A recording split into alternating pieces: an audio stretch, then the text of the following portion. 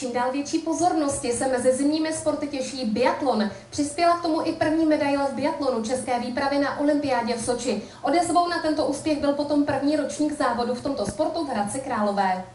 Biatlonová trať byla postavena v prostorách Park golfu u Roudničky. Tuhle, řekněme, sranda variantou chtěli i navázat trošku na zimní olympiádu teď. Závodníci absolvovali 2 kola po 2 kilometrech. Po každém kole čekala na běžce střelba. Účastníci tohoto biatlonu měli za povinnost touto vzduchovkou trefit alespoň terč. Pokud se jim to nepodařilo, absolvovali trestné kolo. Mezi účastníky se objevila i jedna žena, která si netradiční závod užívala. V mém případě je to spíš oběhu, protože jsem dost chybovala, ale jako paráda, baví mě to. První ročník přinesl závodníkům nové zážitky. Účastníci si mohli vyzkoušet, že není jednoduché skloubit běh se střelbou. Byl to můj první biatlon a fakt to byla ta makačka držená, bylo to pěkný. Počasí nakonec vyšlo, ač to nevypadalo, a já jsem spokojený. Pro Východočeskou televizi V1 Pavel Šrefl.